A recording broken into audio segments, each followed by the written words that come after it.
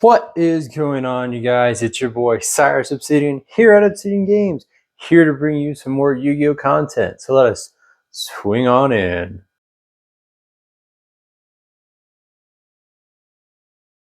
So for today's locals, Bonanza set is finally out for everyone, and we're going to be bringing you a budget deck that you can pick up from just the reprints that came out this entire year. So we've had a lot of reprints in this past year of some really highly competitive decks of the following year, of last year, and we are going to take one of those and put it to the test to see if it can still do things, if it can still push into the meta. So we are going to give it a try. This is going to be our budget rogue deck that we are going to take into it. And without further ado, we are taking Rescue Ace into locals. I know it's been a long time since we have played Rescue Ace, and I have been dying to get my hands on the Wanted engine for the last year. But with it being priced at what it was, we didn't pick it up. But now here we are today with a budget where Bonanza definitely made our dreams come true and giving us that engine and more for a lot cheaper than they have been. So let me show you the deck profile that we are rolling with, and let's see if we can turn up the heat and extinguish some fires that are happening in our meta and take Rescue Ace to the top. So let me show you the profile. All right, let me show you the profile that we are rolling with for tonight. Again, I am super stoked to be playing this. So to start out, we are playing 2 copies of Rescue Ace Hydrant. It's been a long time since we've played this, but it still lives on in my memory of how to play it. We're still playing 2 copies of Turbulence, the unfortunate 1 copy of Airlifter, and 3 copies of Impulse. So I know I've seen some people play 2 Impulse. I think we're going to try out 3 just to see how it works, and then we'll just kind of like roll with it as we go along. And we are playing 2 copies of Preventer, because Preventer is just a very good extender, with 1 copy of Fire Engine. Thankfully, the Megatins and an earlier set this year reprinted a lot of this Rescue Ace stuff, so it is like very cheap and easy to pick up. It is super budget, which is awesome if you're wanting to pick it up. So I definitely recommend it. Next, we are playing the 3 copies of Emergency, and then 1 HQ with 1 Rescue, 1 Alert, 1 Contain, and 1 Extinguish. So you could also play the Reinforce in this. I kept going back and forth between whether I should or not, and we decided to not play the Reinforce, but that is totally good. We're going to try it without, and I think we're gonna have a good experience overall playing without it. So that's it for the Rescue Ace. And again, this wouldn't be a budget deck without giving you some other budget cards that came out. Thankfully, Bonanza reprinted the very expensive Wanted engine. So we are playing 2 copies of Dia Bellstar, the Black Witch, 1 copy of Snake Eyes Poplar that was also reprinted in the Megatin. We are playing 3 copies of Wanted, Seeker of Sinful Spoils, 1 original Sinful Spoils Snake Eye, and 3 copies of Bonfire. So Bonfire can be adjusted to just playing 2 copies. I am giving 3 a try. I went back and forth between 2 and 3 a lot in testing, and we're deciding just to go with 3 to see if I like it, just to see what our consistency looks like with it. But we do have our options. If you want to just play 2, I would definitely play the 2 Bonfire and then a Called By as your other target, or maybe you need a 1-for-1, either or. And then on to the last bit of the deck, we are playing 3 copies of Super Poly. So my last locals, Super Poly was a card I desperately wish I had for a lot of my matchups, going against Flu, the Blue Eyes, Centurion. Centurion, this doesn't really hit it as much, but nonetheless, this was still something that like I wish I had seen. And if we do see more meta tonight, I think Super Poly will still be a good option in our deck, nonetheless, because this hurts Tenpai out a lot as well. We still do follow it up with 1 copy of Pride of Prosperity, and of course the 1 copy of Reinforcement of the Army, because the card is just a 1-card combo essentially for the deck. Last but not least, we play 3 copies of Ash and 3 copies of Imperm, because right now, those are the two best hand traps outside of Swallows and D-Shifter. If we could play D-Shifter in this deck, we would play it, but D-Shifter kind of hurts us, so we're not. The extra deck is fairly simple. We're playing one copy of Mudragon and one copy of Garura. I think these are just the two best Super Poly targets overall. We're playing one copy of Salamangreat Almirage and one copy of Relinquished Anima. Ideally, I would like to play two Anima rather than the Almirage, but I didn't have a second Anima and I haven't picked one up. If we do pick one up tonight, then we'll make the swap. Otherwise, Almirage for the normal summon of Hydrant if you ever do normal summon Hydrant, or even normal summon the Poplar, which hopefully doesn't happen. Next, we are playing one copy of IP with two copies of SP Little Knight. Thankfully, this was also reprinted in the Bonanza set, so again, this deck has just become super cheap to pick up and it's super awesome.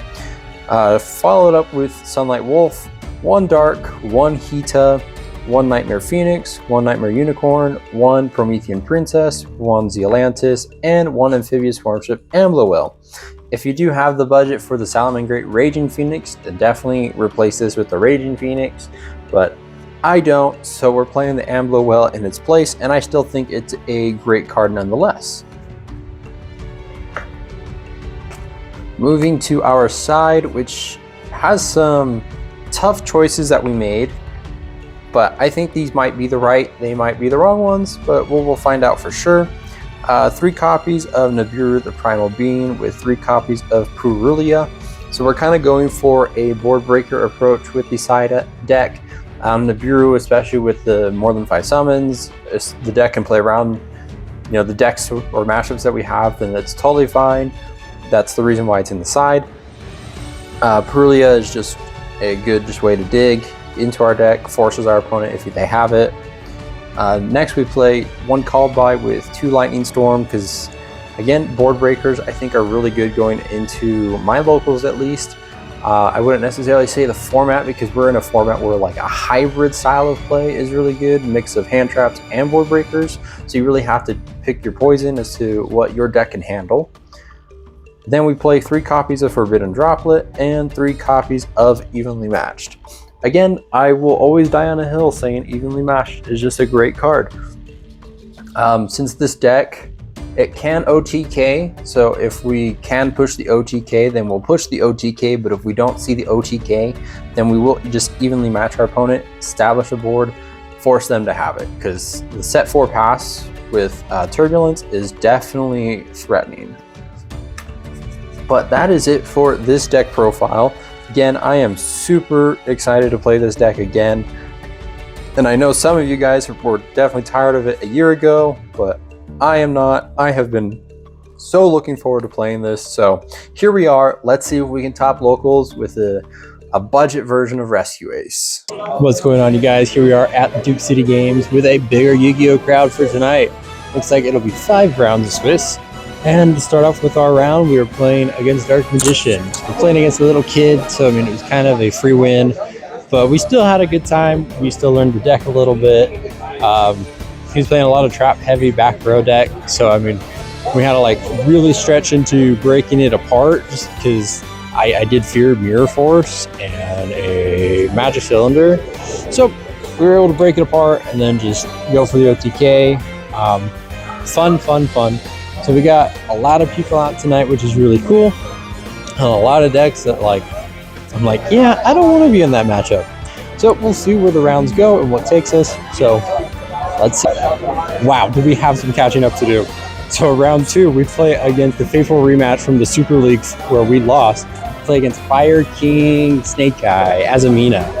So game 1, we go first, or no, he goes first. And we attempt to play on his turn. We play on his turn with Impulse. We're able to kind of just pop things off. We don't establish. He establishes his board. We try to break it. We can't. So we go game 2. Game 2, I go first, and we just pop it. We popping off. We have all the interruptions. We had the Super Poly. That came in clutch, and we were able to just take it. Game 3, Super Poly again. What a card. We're able to go. We were doing a lot of back and forth, a lot of just grinding at each other, and we ended in a draw. So as much as we were trying to push, we weren't able to push for a game. Neither one of us could burn each other, so we ended in a draw. Round 3. We play against Centurion, Whitewoods. There was another engine in there, Fiendsmith. Game 1, we win the die roll. We just go pop off. We set up our board, and he can't push past through it. He had gas, just straight gas, and he just could not push through.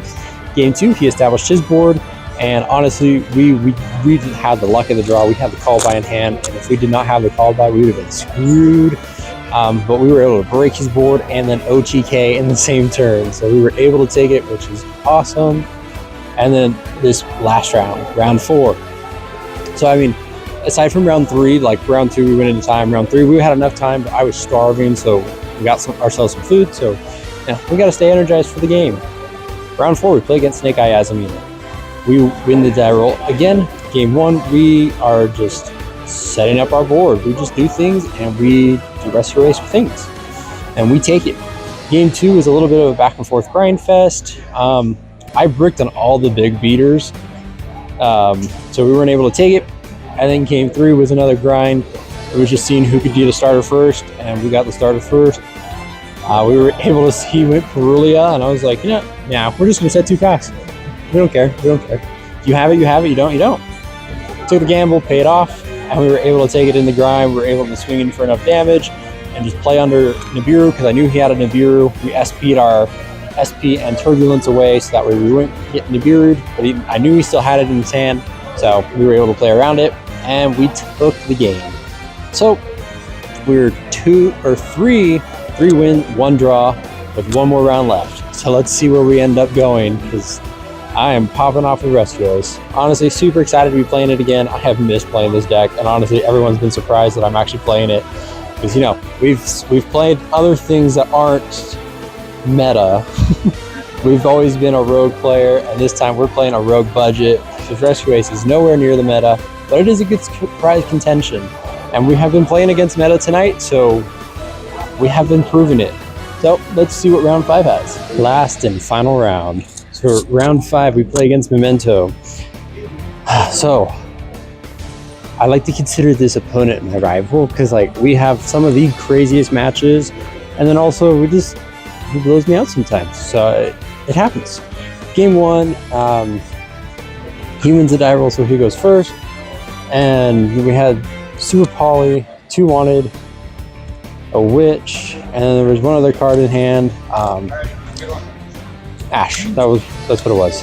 He normaled Anguish. We ashed on the Anguish, thinking that was good, and he still had more gas.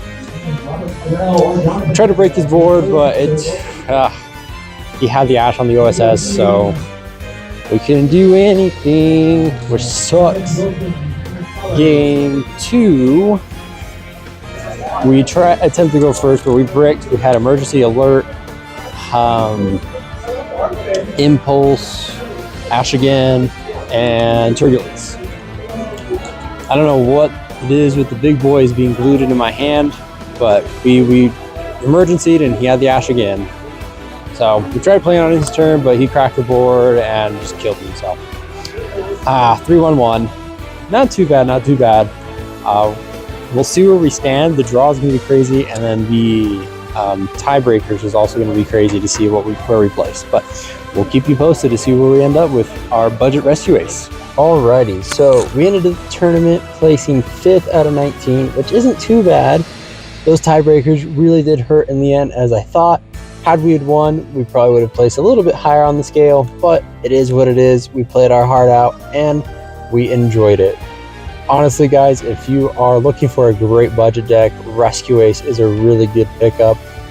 My list in particular, I really love playing it tonight. There are tons of other lists that you can play. Like, there is an Azamino list if you're wanting to be a little bit more expensive and getting the deceptions. But that is totally up to you. Bonanza made this, and the Megaton made this deck so cheap that it is just so fun and honestly so hard to pass up. But that is it for this local diaries, everyone. Again, if you're looking to pick up the deck, do it. It was fun. My hot takes, You do need the 2 SPs. You could live without the Perulias. Honestly, I'm thinking of swapping those for Droll. You don't have to play the Super Poly Engine if you don't want. There are tons of things that you can change about the deck for your accommodations. I know going out tonight, I think we're going to find room for a called by and a 1-for-1, just that we can get more access into our Rescue Ace engine just a little bit faster, but we'll see what happens. But that's it, everyone. Like, comment, subscribe, share with a friend. Let me know what you think down in the comments below. I'd love to hear from you guys, and we'll pass it over to you.